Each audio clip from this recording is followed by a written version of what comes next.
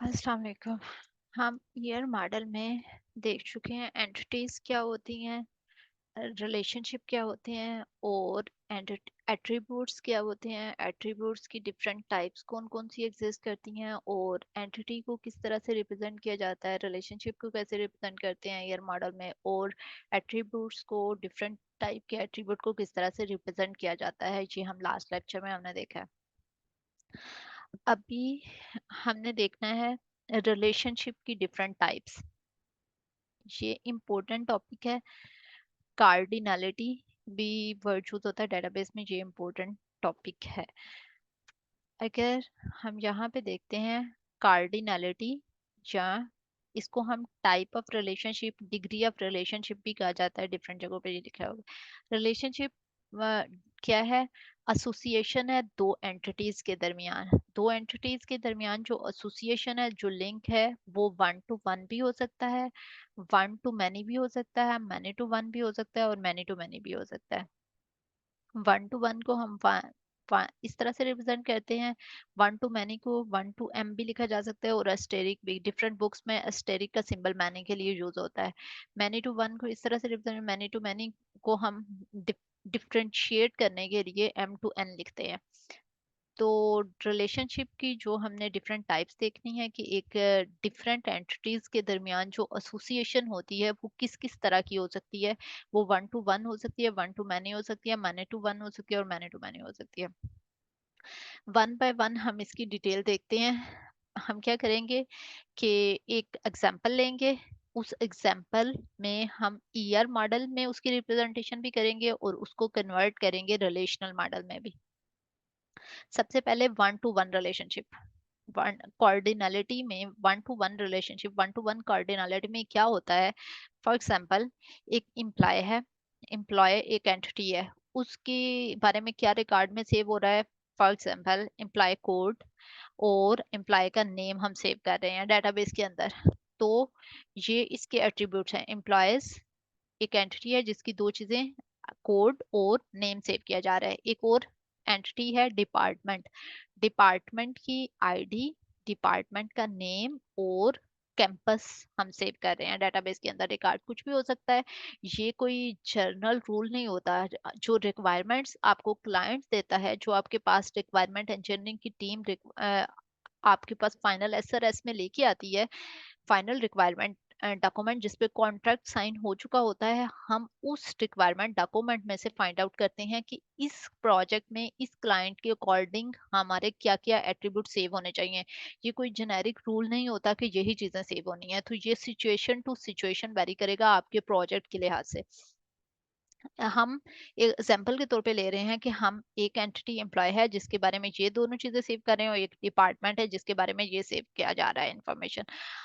अब जो एम्प्लॉय है वो किसी डिपार्टमेंट से बिलोंग करता है या किसी डिपार्टमेंट में काम करता है। वन टू वन रिलेशनशिप का मतलब क्या है कि एक एम्प्लॉय जो है वो एक डिपार्टमेंट से बिलोंग करता है, या एक डिपार्टमेंट जो है उसमें एक ही एम्प्लॉय है, मल्टीपल एम्प्लॉय एग्जिस्ट नहीं करते। आप ये कह सकते हैं कि यूजली क्या स्टूडेंट्स क्या करते हैं कि जनरली देखते हैं, नहीं एक डिपार्टमेंट के अंदर तो मल्टीपल एम्प्लॉयज होते हैं। जनरल जे देखा जाता है कि जो रियल लाइफ में तो एक डिपार्टमेंट के अंदर मल्टीपल एम्प्लॉयज होते हैं। लेकिन हमने ये सिचुएशन जो क्वेश्चन पेपर में एग्जाम के लिहाज से, जो आपको क्वेश्चन पेपर में सिनेरियो के अंदर सिचुएशन दी जाएगी, आपने उस लिहाज से इसको करना होता है जो सिनेरियो में दिया जाएगा। और बाकी रियल लाइफ में जब आप प्रोजेक्ट्स करोगे तो प्रोजेक्ट में जो आपकी रिक्वायरमेंट्स होंगी उन रिक्वायरमेंट को देखते हुए आपने डिसाइड करना है। तो यहाँ पे आपको मैंने कह दिया, एक एम्प्लॉय एम्प्लॉय और डिपार्टमेंट, एम्प्लॉय के बारे में ये इन्फॉर्मेशन सेव की जा रही है, डिपार्टमेंट के बारे में ये। और एक एम्प्लॉय जो है वो एक डिपार्टमेंट से बिलोंग करता है, यहाँ एक डिपार्टमेंट के अंदर एक ही एम्प्लॉय है। वन टू वन रिलेशन ये कहता है। अब ये इसका ईआर मॉडल बन गया। जब हम इस ईआर मॉडल को रिलेशनल में कन्वर्ट करते हैं, ये सारा हम कंसेप्चुअल लेवल पे कर रहे हैं। 3 स्कीमा आर्किटेक्चर के कंसेप्चुअल लेवल पे मैंने बताया था कि हम ईआर मॉडल बनाते हैं और रिलेशनल मॉडल बनाते हैं। तो हमने रिक्वायरमेंट, सबसे पहले हमारे पास रिक्वायरमेंट आई, वो सिनेरियोस के अंदर से हमने एंटिटीज की एट्रीब्यूट और रिलेशनशिप डिफाइन कर लिए, फिर हमने उन्हें डायग्राम में शिफ्ट कर लिया और उस डायग्राम को अब हम कन्वर्ट करने जा रहे हैं रिलेशनल मॉडल में। रिलेशनल मॉडल में हम क्या करते हैं, जो जितनी भी हमारी एंटिटीज होती हैं वो टेबल बन जाते हैं। अब यहाँ पे इस अगर एग्जांपल में हम देखें तो हमारे पास कितनी एंटिटीज हैं, 2 रेक्टेंगल, ये वाली एंटिटी है जो रेक्टेंगल शेप में, एम्प्लॉय एक एंटिटी है और एक डिपार्टमेंट एंटिटी है।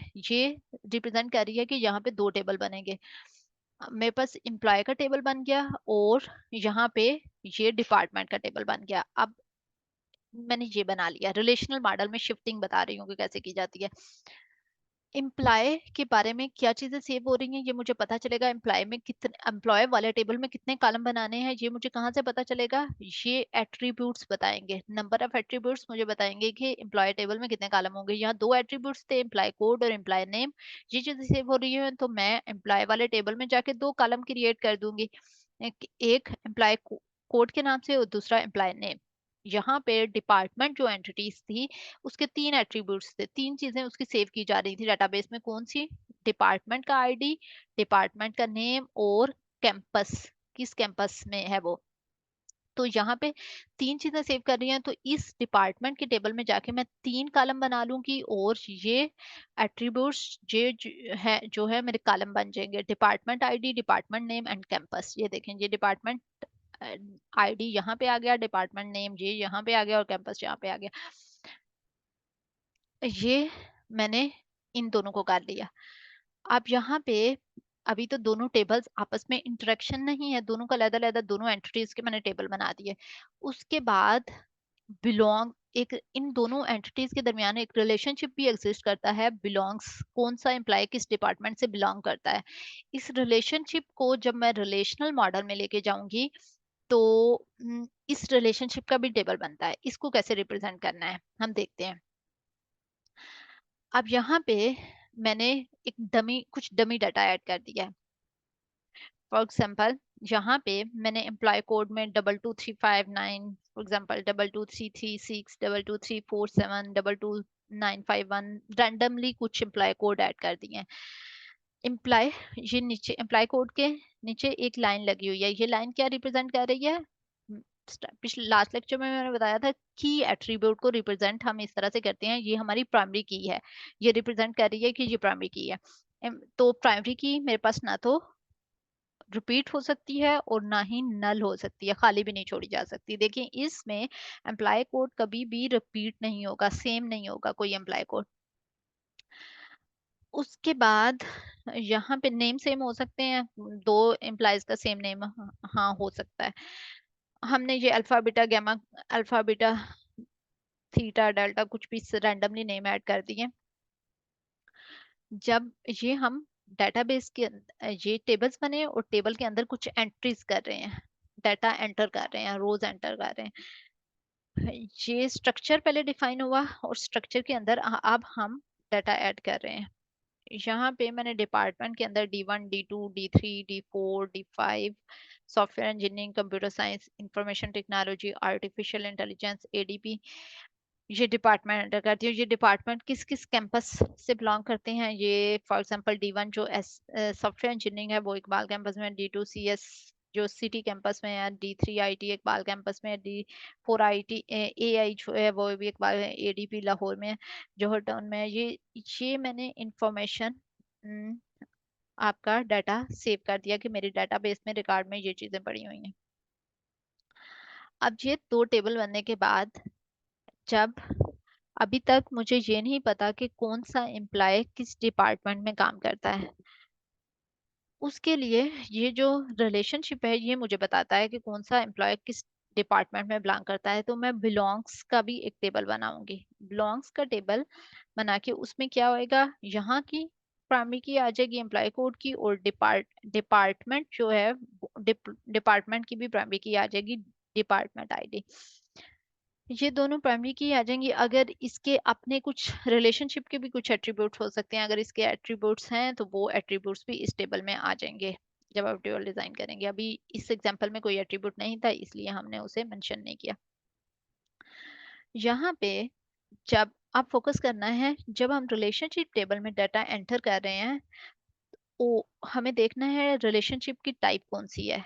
वन टू वन रिलेशनशिप में, रिलेशनशिप टेबल में जब हम डाटा एंटर कर रहे हैं तो वन टू वन का क्या मतलब है, एक एम्प्लॉय एक डिपार्टमेंट में काम करता है या एक डिपार्टमेंट में एक ही एम्प्लॉय है। तो अगर मैंने यहाँ पे डाटा एंटर किया 22336, ये D3 में काम करता है। D3 क्या है, आईटी का डिपार्टमेंट है, आईटी में 22336 काम कर रहा है। अगर मैं दोबारा एंटर करती हूँ 22336 और D5, D5 कौन सा है, एडीपी।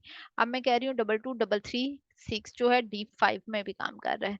तो ये मेरी वन टू वन जो रिलेशनशिप है उसकी कंट्राडिक्शन हो जाएगी। वन टू वन का मतलब क्या है, एक एम्प्लॉय एक डिपार्टमेंट में ही काम कर रहा है। तो जहां पे मैं कह रही हूँ कि ये 22336 जो है D3 में भी कर रहा है, और मैं मेंशन कर देती हूँ 22336 D5 यहाँ पे मेंशन कर देती हूँ, तो वो इसका मतलब है ये कंट्राडिक्शन हो गई है, तो ये रॉन्ग है। हाँ, जब हमने ये रिलेशनशिप टेबल में डाटा एंटर करना है तो इस वक्त हमने ये देखना है कि रिलेशनशिप की टाइप कौन सी है। वन टू वन है तो हम रिपीट नहीं कर सकते यहाँ पे वैल्यूज। एक एक एम्प्लॉय जो है वो एक डिपार्टमेंट में काम करता है, और जब डिपार्टमेंट की वैल्यू भी हम रिपीट नहीं करेंगे क्योंकि एक डिपार्टमेंट के अंदर एक ही एम्प्लॉय है, इस सिचुएशन में हम कह रहे हैं।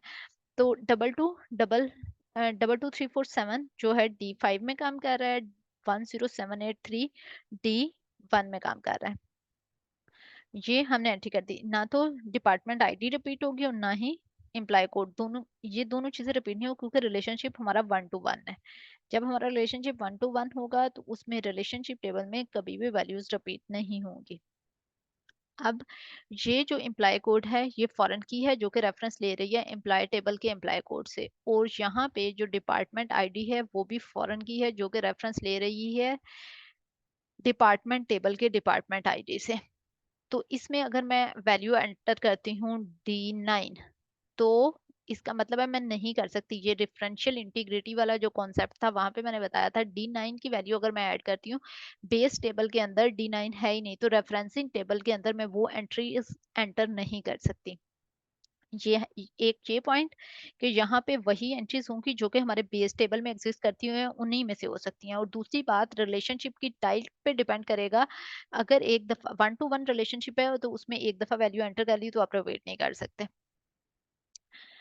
अब आपने, अगर मैं इस टेबल की प्राइमरी की बात करूं कि इस टेबल की प्राइमरी की के दोनों तरफ वैल्यू रिपीट नहीं हो सकती, प्राइमरी की कोई भी हो सकती है। अब यहाँ से हमें इस रिलेशनशिप से, इस टेबल से तो हमें पता चल रहा है कि कौन कौन से एम्प्लॉय मेरे इंस्टीट्यूशन में कौन कौन से एम्प्लॉयज हैं, उनके नाम क्या हैं। ये टेबल मुझे बता रहा है कि मेरे इंस्टीट्यूशन में कौन कौन से डिपार्टमेंट हैं और डिपार्टमेंट के टाइटल क्या हैं और डिपार्टमेंट किस कैंपस में एग्जिस्ट करते हैं। अब अगर मुझे ये पता करना है कि कौन सा एम्प्लॉय किस डिपार्टमेंट से बिलोंग करता है तो वो मुझे ये टेबल बताएगा। हमने, मैं बार बार कह रही हूँ, हमने वन टू वन के केस में वैल्यूज को डुप्लीकेट नहीं करना। और जब वन टू वन रिलेशनशिप होगा तो प्राइमरी की जो है वो हमारी इनमें से कोई भी हो सकती है क्योंकि वैल्यू डुप्लीकेट नहीं हो रही।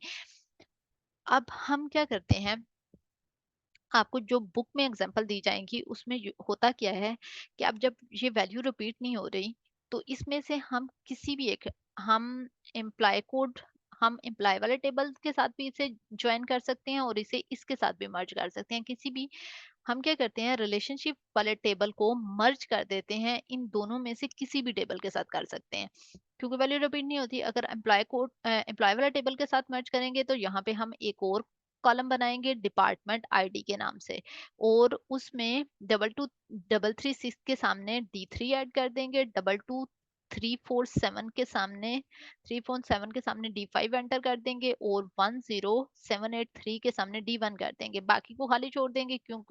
कोई बात नहीं, प्राइमरी की तो नहीं है तो खाली छोड़ा जा सकता है। ये वैल्यूज एंटर कर दी। या अगर मैं इसे इसके साथ डिपार्टमेंट के साथ मर्ज करना चाहती हूँ तो मैं इधर एक नया कॉलम क्रिएट करूंगी और वहां पे एम्प्लॉय कोड लिख दूंगी और डी फॉर एग्जाम्पल D1 के सामने कौन सा 10786 मेंशन कर दूंगी कि ये वाला प्राइजर काम करता है। और D2 को खाली छोड़ दूंगी। D3 के सामने मैं 22336 कर दूंगी, ये वाला एम्प्लॉय इस डिपार्टमेंट में काम करता है। तो ये वाला टेबल रिमूव हो जाएगा, दो टेबल बन जाएंगे और मुझे ये इंफॉर्मेशन भी मिल जाएगी कौन सा एम्प्लॉय किस डिपार्टमेंट में काम करता है या किस डिपार्टमेंट से बिलोंग करता है। तो यहाँ पे मर्जिंग हो जाएगी। नेक्स्ट टाइप देखते हैं वन टू मैनी रिलेशनशिप।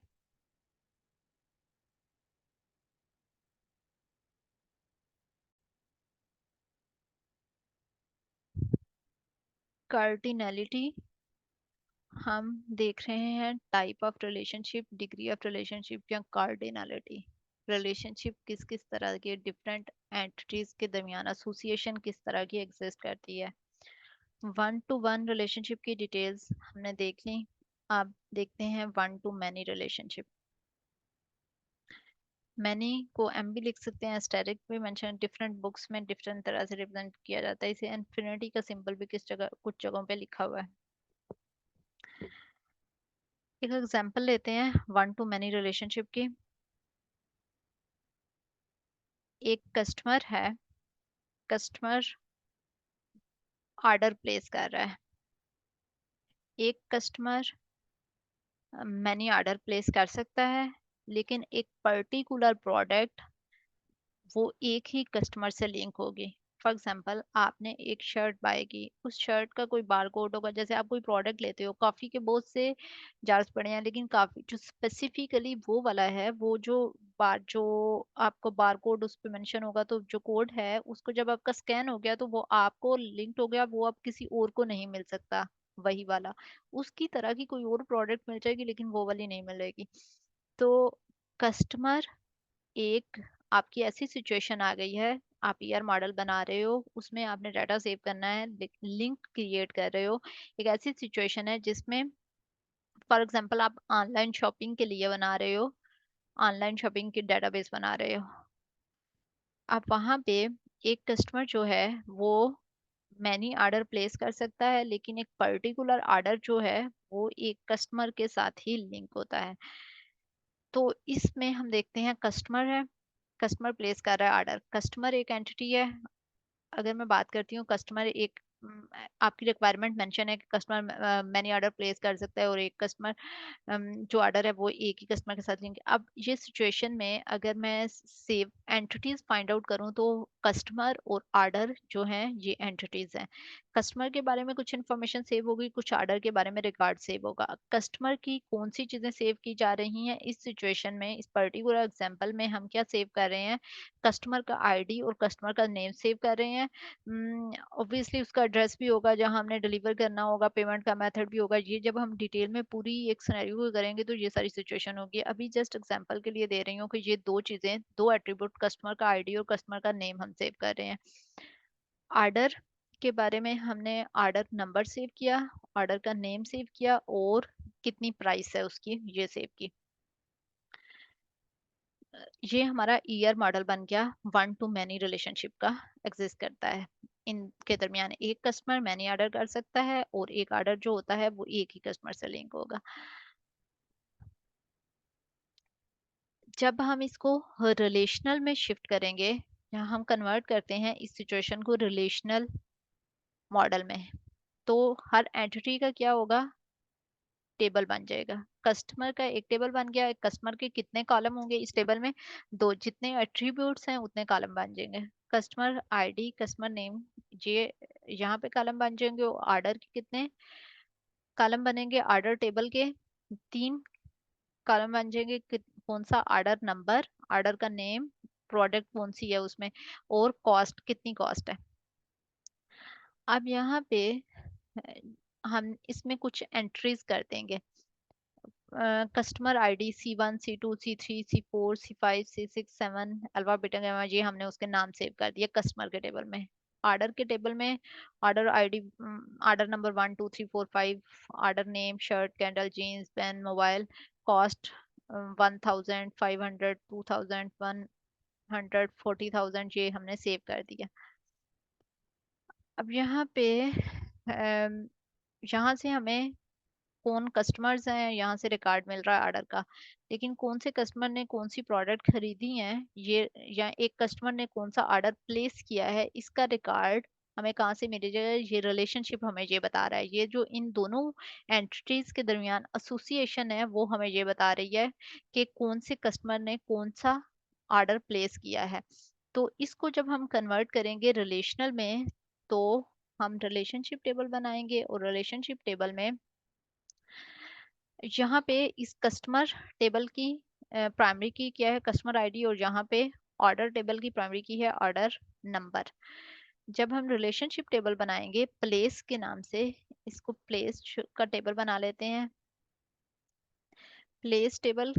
और यहाँ पे जब हम डाटा एंटर करेंगे, जब मैंने आपको बताया था 1 2, यहाँ पे सोचना है 1 to 1 रिलेशनशिप जब था तो हमारे पास एंड जब यहाँ डाटा एंटर करेंगे रिलेशनशिप में कुछ भी रिपीटिशन नहीं होगी, डुप्लीकेशन नहीं हो सकती।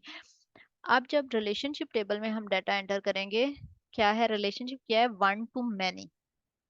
एक कस्टमर मैनी ऑर्डर कर सकता है, एक ऑर्डर जो है वो एक ही कस्टमर से लिंक होगा। तो C1 मैंने एंटर किया, एक मेरा कस्टमर है C1, उसने ऑर्डर किया O1। फिर मेरे पास एक कस्टमर है C3, उसने ऑर्डर किया O2। उसके बाद C2 ने ऑर्डर किया O4, C4 ने ऑर्डर किया O5, C1 ने दोबारा ऑर्डर किया है O3। अब यहाँ पे देखें ये चीज कस्टमर आईडी जो है वो रिपीट हो रहा है, ऑर्डर नंबर रिपीट नहीं हो रहा। कस्टमर आईडी ये चीज रिप्रेजेंट कर रही है मेरा एक कस्टमर जो है वो मल्टीपल ऑर्डर कर सकता है। C1 ने C1 ने शर्ट भी ऑर्डर की है यहाँ पे, और C1 ने O3 क्या चीज है यहाँ पे जीन्स, C1 ने शर्ट और जीन्स दोनों ऑर्डर की हैं। लेकिन अब ये जो O1 है ये ऑर्डर सिर्फ C1 के साथ लिंक है, ये किसी और के साथ लिंक नहीं हो सकता। O3 जो ऑर्डर है C1 के साथ ही लिंक है, ये किसी और क्लाइंट किसी और कस्टमर के साथ लिंक नहीं हो सकता। ये रिप्रेजेंट जब हमने रिलेशनशिप टेबल में डाटा एंट्री करनी है तो उस वक्त हमने देखना है कि हमारी रिलेशनशिप की टाइप क्या है। रिलेशनशिप जब 1 to many था तो हमने 1 to 1 में डुप्लीकेशन नहीं होनी, दोनों में हमने जो वैल्यूज रखनी है वो सिंगल रखनी है। जब रिलेशनशिप 1 to many हो गया तो हमारा एक कस्टमर मल्टीपल ऑर्डर कर सकता है, लेकिन एक ऑर्डर जो है वो सिर्फ एक ही कस्टमर के साथ लिंक है, ये चीज शो कर रही है। ठीक हो गया। अब ये हमारा C आईडी ये आपको पता है फॉरेन की है, इस ये बेस टेबल से रेफरेंस ले रही है, और ये ऑर्डर आईडी जो है ये ऑर्डर नंबर फॉरेन की है जो कि इस टेबल से रेफरेंस ले रहा है। अब यहाँ पे अगर इस टेबल की प्राइमरी की देखें तो कौन सी चीज रिपीट नहीं हो रही यहाँ पे? कस्टमर आईडी और ऑर्डर नंबर में से कौन सी चीज रिपीट नहीं हो रही? कस्टमर तो रिपीट हो रहे हैं क्योंकि एक कस्टमर मल्टीपल ऑर्डर कर सकता है। ऑर्डर नंबर जो है वो रिपीट नहीं हो रहा। जो चीज रिपीट नहीं होगी प्राइमरी की तो कभी भी रिपीट नहीं होती, जो चीज रिपीट नहीं होगी उसे हम प्राइमरी की बना लेंगे, ये हमारी ऑर्डर नंबर जो है वो प्राइमरी की बन जाएगा। अब हम क्या करते हैं,